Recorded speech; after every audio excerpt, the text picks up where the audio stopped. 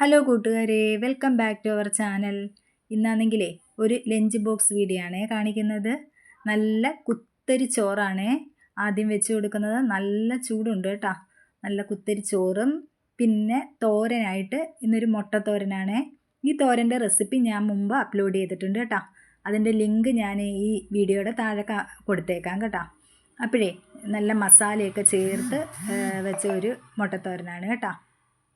ഇനിയാണെങ്കിൽ ഓമയ്ക്ക, കപ്പയ്ക്ക എന്നൊക്കെ പറയത്തില്ലേ, ഞങ്ങളുടെ നാട്ടിൽ കപ്പയ്ക്ക എന്നാണ് പറയുന്നത്. അതും പയറും ചെറുപയറും കൂടെ വെച്ച് ഒരു ഉടച്ചേറിയാണേ.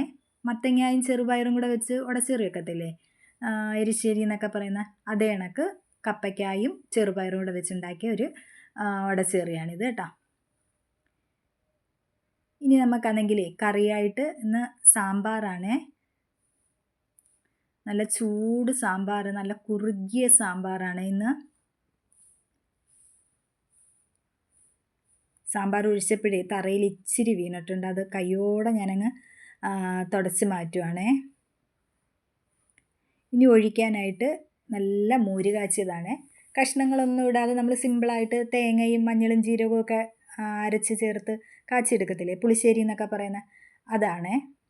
ഇനി കുപ്പിക്കകത്തോട്ട് നല്ല ചൂട് വെള്ളവും കൂടെ ഒഴിച്ചു കൊടുക്കാം കേട്ടോ. അപ്പോഴേ ഇന്നത്തെ വീഡിയോ ഇത്രയേ ഉള്ളേ.